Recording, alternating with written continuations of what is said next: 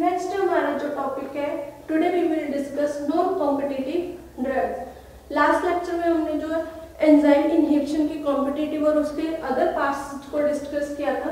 अब हम लोग यहाँ पर डिस्कस करेंगे एंजाइम इनहिबिशन के non competitive drugs. Non competitive drugs कौन से होते हैं? जो जिनके स्ट्रक्चर सेम नहीं होती, आर नॉट सेम, ठीक है, स्ट्रक्चर्स आर नॉट सेम।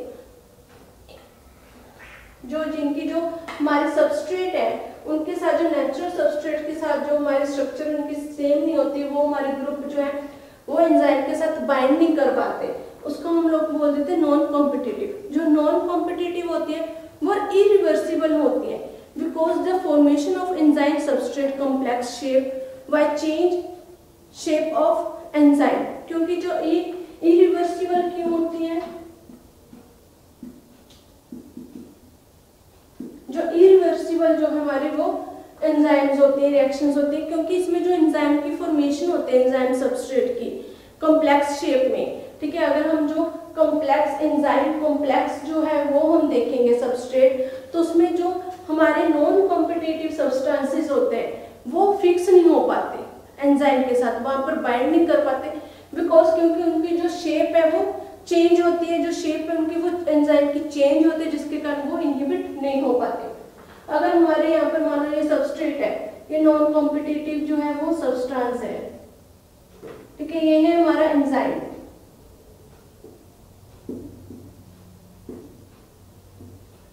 ये यहाँ पर इसकी शेप क्या है? ऐसी है, और हमारे एंजाइम की शेप क्या है?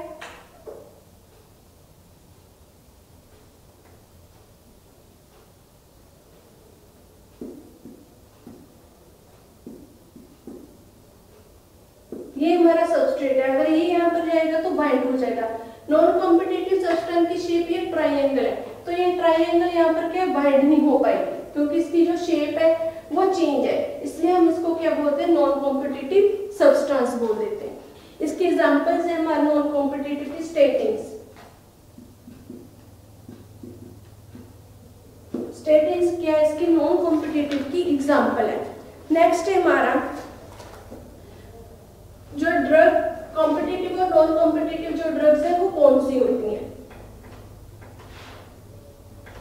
और उनका हमारी बॉडी पे क्या इफेक्ट होता है।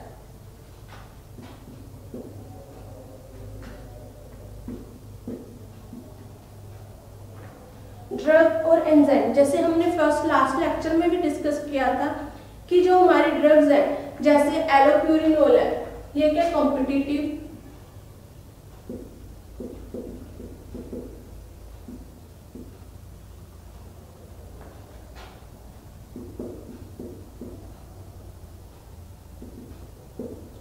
ये किसको इफेक्ट करती है? हमारी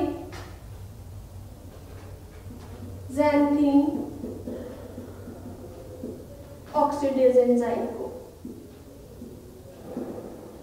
ये हमारे कॉम्पिटिटिव जो है उनकी जो ड्रग्स है, उन जो कॉम्पिटिटिव टाइप उसकी एग्जांपल है, जैसे एलोप्यूरिनोल है, वो हमारे जो ज़ैंथीन ऑक्सीडेज की एंजाइम को इफेक्ट करेगी, उसकी यूरिक एसिड की फॉर्मेशन है उसको इनहिबिट कर देती है। ऐसे सल्फोनामाइड है,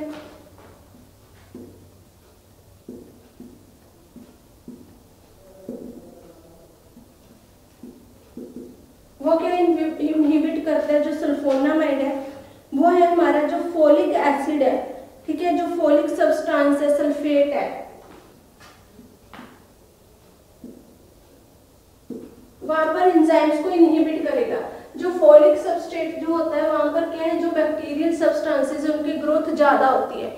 जब हम लोग सल्फोनामाइड ड्रग ले लेते हैं वो कैसे एंजाइम को इनहिबिट कर देता है, यहाँ पर जो बैक्टीरिया की ग्रोथ है वो नहीं हो पाती, उनकी एक्टिविटीज जो है वो इनहिबिट हो जाती है। ऐसे नॉन कॉम्पिटिटिव की एग्जांपल है हमारे पास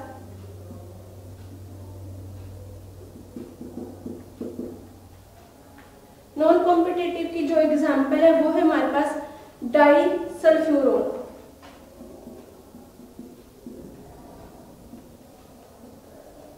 जो डाइसल्फ्यूरोन है ये क्या करता है? एल्डिहाइड के साथ, ठीक है, जो एल्डिहाइड है इनहिबिट, डाइसल्फ्यूरिन इनहिबिट एल्डिहाइड डिहाइड्रोजिनेज,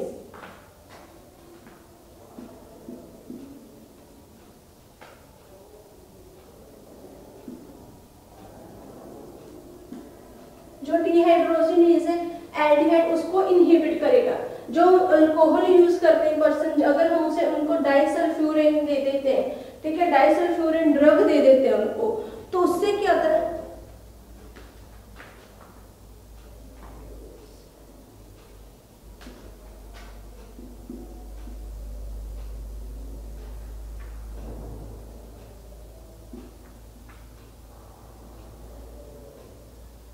डाइसल्फ्यूरिन अगर ड्रग दे देते हैं तो उसमें जो एल्डिहाइड डिहाइड्रोजनेज एंजाइम की एक्टिविटी इनहिबिट हो जाती है, उससे उनको क्या वोमिटिंग आने लग जाती है, जिसके कारण वो अपने आप जो अल्कोहल है उसको जो है वो छोड़ देते हैं, जो अल्कोहल को लेने की उनकी रूटीन होता है वो अपने वोमिटिंग्स के कारण वो उनको छोड़ देते हैं, क्योंकि जो एल्डिहाइड डिहाइड्रोजनेज एंजाइम्स है वो इनहिबिट हो जाता है डाइसल्फ्यूरम के साथ।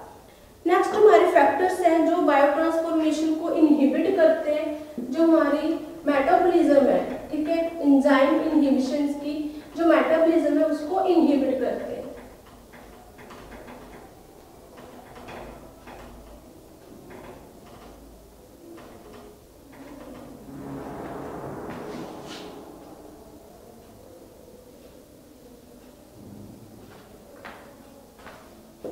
Factors that influence biotransformation.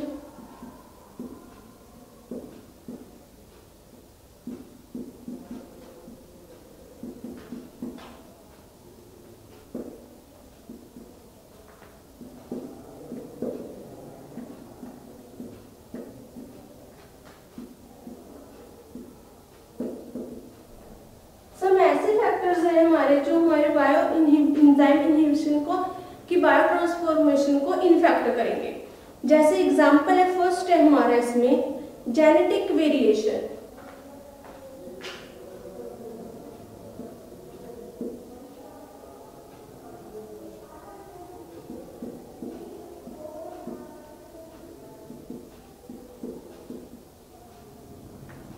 जो जेनेटिक वेरिएशन है इसमें रिजल्ट क्या है, जो हमारा अल्टर्ड मेटाबॉलिज्म होता है ड्रग का, जैसे एग्जांपल है सक्सिनेलकोलिन।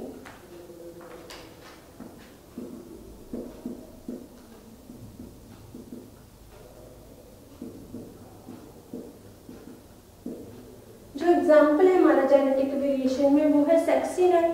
सक्सिनेल जो कोलिन है वो हमारा metabolism is metabolised very slowly in people. Some peoples है उनमें सक्सिनेल जो है कोलिन को बहुत ज्यादा स्लोली मेटाबोलाइज करती है within defective product pseudocholinesterase resulting in prolong apnoea. जिन पर्सन्स को लॉन्ग सा टाइम से अपोनिया है, ठीक है, उनमें क्या हो जाता है, जो pseudocholinesterase है, ठीक है, वो डिफेक्टिव हो जाता है, जिसके कारण जो हमारी बॉडी में जो सक्सिनेलकोलिन ड्रग है वो बहुत ज्यादा स्लोली मेटाबोलाइज करेगी। नेक्स्ट वन है हमारा इन्वायरमेंटल पॉल्यूएंट।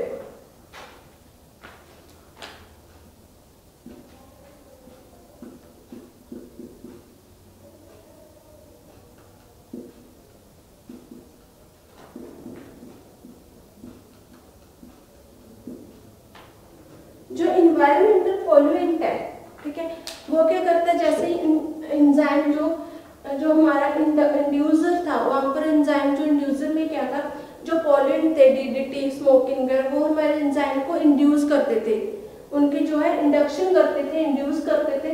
बट यहाँ पर क्या कुछ ऐसे इन्वायरमेंट्स हैं, ऐसे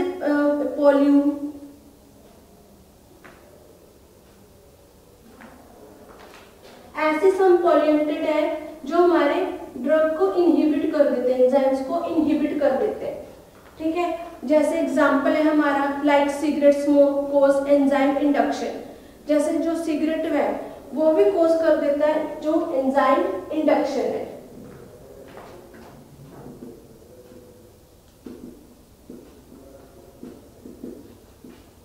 जो सिगरेट है वो भी हमारे जो एंजाइम इंडक्शन को कोज करता है। नेक्स्ट वन है एज।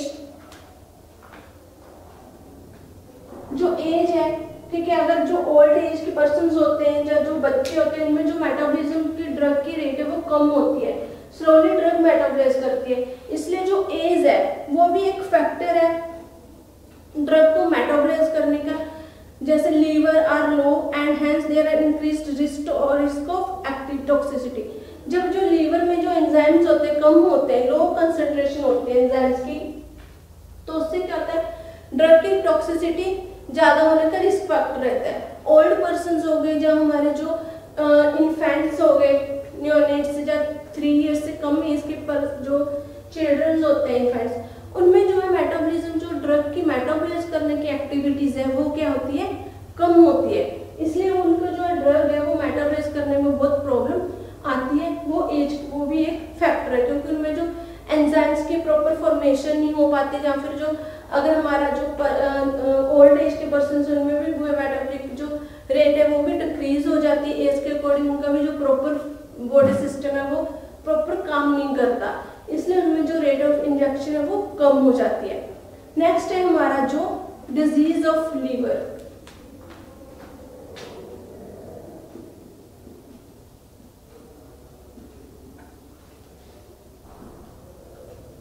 अगर हमें बहुत लो क्रोनिक टाइम से जो लीवर की डिजीज है, ठीक है, वो जो डिजीज हो रही है, क्लोसिस लीवर हो रहा है या फिर हेपेटाइटिस, जॉन्डिस, कोई भी डिजीज है लीवर की, ठीक है, उससे भी हमारा जो मेटाबोलाइजर एंजाइम इनहिबिशन होता है, ठीक है। जो एंजाइम, जो लीवर है वो प्रॉपरली हमारा वर्क नहीं कर पाएगा, उसमें जो एंजाइम्स है साइटोक्रोम P450 वो भी प्रॉपर वर्क नहीं कर पाएंगे, माइक्रोसोम में जो प्रेजेंट होते हैं उनकी एक्टिविटी क्या है वो डिक्रीज हो जाती है, जिससे जो हमारे मेटाबॉलिज्म है, ठीक है, जो ड्रग है, एंजाइम है, वो इनहिबिशन हो जाते हैं, वो प्रॉपरली हमारी मेटाबॉलिक रेट को इंक्रीज नहीं होने देते, उससे जो मेटाबॉलिक रेट है वो हमारी डिक्रीज हो जाती है। ये था हमारा जो है metabolite of metabolism of drug. इससे हमारा जो मेटाबॉलिज्म है वो सारा कवर हो गया, बायोफॉर्मेशन ऑफ एंड या फिर मेटाबॉलिज्म ऑफ ड्रग। इसमें जो लास्ट है हमने कुछ डेफिनेशंस थी, जैसे बायो इक्विवेलेंस, ठीक है। जो बायो इक्विवेलेंस है वो क्या होती है, हमारी जो बायोअवेलेबिलिटी होती है, ठीक है, उसमें जो डिफरेंट फॉर्मेशंस होती हैं, फॉर्मेशन को सेम ड्रग की हम जो अलग अलग फॉर्मेशंस बनाते हैं, उस जैसे हमने पैरासीटामोल के कैप्सूल बना ले, टैबलेट बना ली, ठीक है, पाउडर फॉर्म में सिरप सस्पेंशन बना ली, उसके अलग अलग जो है वो डिफरेंट जो है वो प्रेपरेशंस होगी, उनकी स्टडी को हम लोग बोल देते हैं, कंपैरिजन को बोल देते हैं बायो इक्विवेलेंस।